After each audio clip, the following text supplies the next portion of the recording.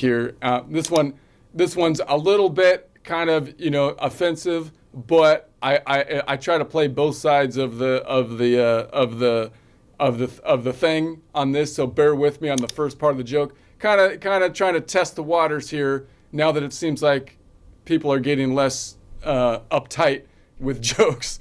see if they kick me off the airwaves or whatever for slightly having a little bit less what do they call it, politically correct? I don't know.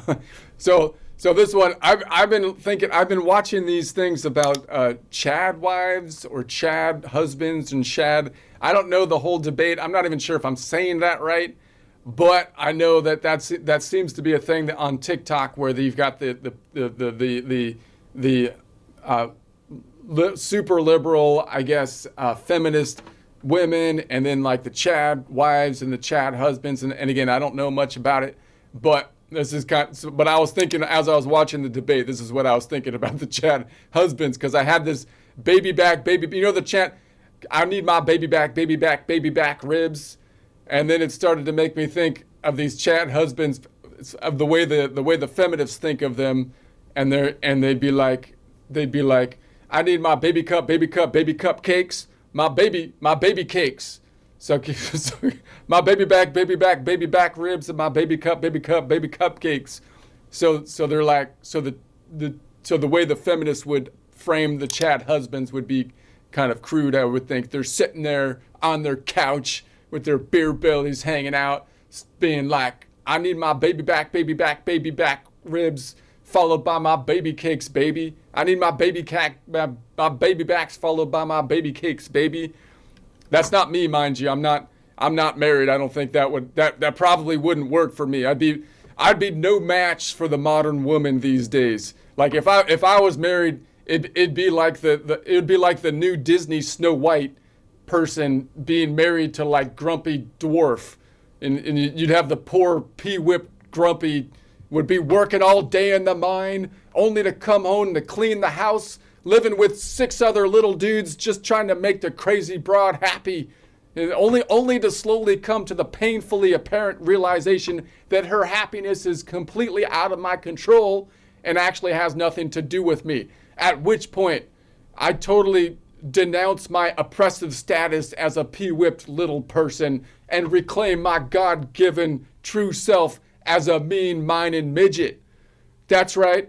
Little person, that's the derogatory term here. Little person, calling someone like a little person, that's supposed to be like the nice term. That's ridiculous.